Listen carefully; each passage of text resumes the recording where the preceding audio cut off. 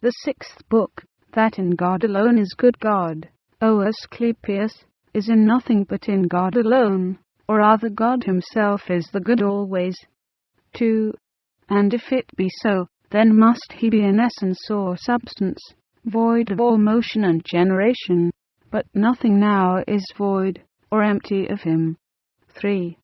And this essence hath about or in himself a stable and firm operation, wanting nothing, most full and giving abundantly. 4. One thing is the beginning of all things, for it giveth all things, and when I name the good, I mean that which is altogether and always good. 5. This is present to none, but God alone, for he wanteth nothing, that he should desire to have it, nor can anything be taken from him, the loss whereof may grieve him, for sorrow is a part of evilness. 6. Nothing is stronger than he, that he should be opposed by it, nor nothing equal to him, that he should be in love with it, nothing unheard of to be angry, with nothing wiser to be envious at. 7. And none of these being in his essence, what remains but only the good? 8. For as in this, being such an essence, there is none of the evils, so in none of the other things shall the good be found. 9. For in all other things are all those other things, as well in the small as the great, and as well in the particulars, as in this living creature, the greater and mightiest of all. 10. For all things that are made or generated are full of passion, generation itself being a passion, and where passion is, there is not the good. Where the good is, there is no passion. Where it is day, it is not night. Where it is night, it is not day. 11. Wherefore it is impossible that in generation should be the good, but only in that which is not generated or made. 12.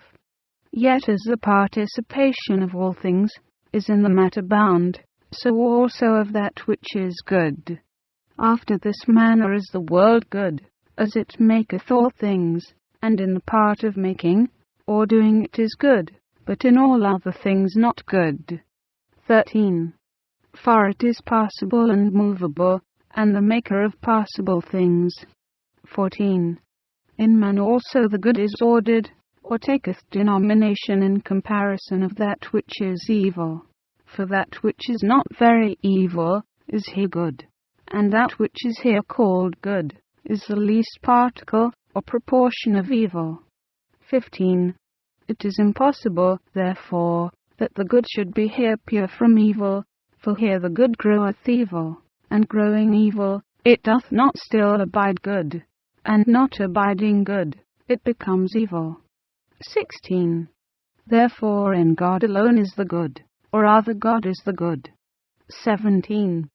Therefore, O Asclepius, there is nothing in men, or among men, but the name of good.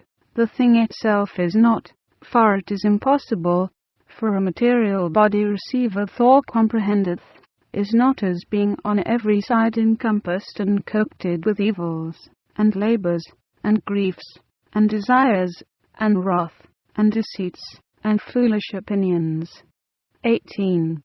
And in that which is the worst of all, Asclepius, every one of the four names things is here believed to be the greatest good, especially that supreme mischief, the pleasures of the belly, and the ringleader of all evils. Error is here the absence of the good. 19.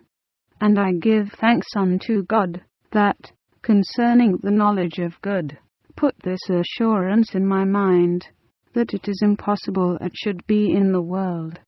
20.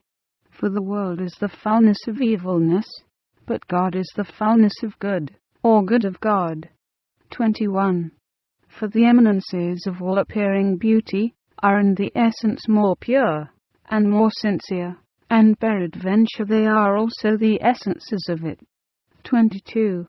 For we must be bold to say, Asclepius, that the essence of God, if he have an essence, is that which is fair or beautiful, but no good is comprehended in this world. 23. For all things that are subject to the eye are idols, and as it were shadows. But those things that are not subject to the eye are ever, especially the essence of the fair and the good. 24. And as the eye cannot see God, so neither the fair and the good. 25. For those are the parts of God that partake the nature of the whole, proper and familiar unto him alone, inseparable, most lovely, whereof either God is enamoured, or they are enamoured of God. 26. If thou canst understand God, thou shalt understand the fair and the good, which is most shining and enlightening, and most enlightened by God. 27. For that beauty is above comparison, and that good is inimitable, as God himself. 28. As, therefore, thou understandest God, so understand the fair and the good, for these are incommunicable to any other living creatures, because they are inseparable from God. 29. If thou seek concerning God, thou seekest or askest also of the fair, for there is one way which leadeth to the same thing, that is piety, with knowledge. 30. Wherefore, they that are ignorant, and go not in the way of piety, dare call men fair and good, never seeing so much, as in a dream, what good is, but being enfolded and wrapped upon all evil, and believing that the evil lies the good, they, by that means, both use it insatiable, and are afraid to be deprived of it, and therefore they strive, by all possible means, that they may not only have it, but also increase it. 31. Such, O Asclepius, are the good and fair things of men, which we can neither love nor hate, for this is the hardest thing of all, that we have need of them, and cannot live without them. The end of the 6th book. That in God alone is good.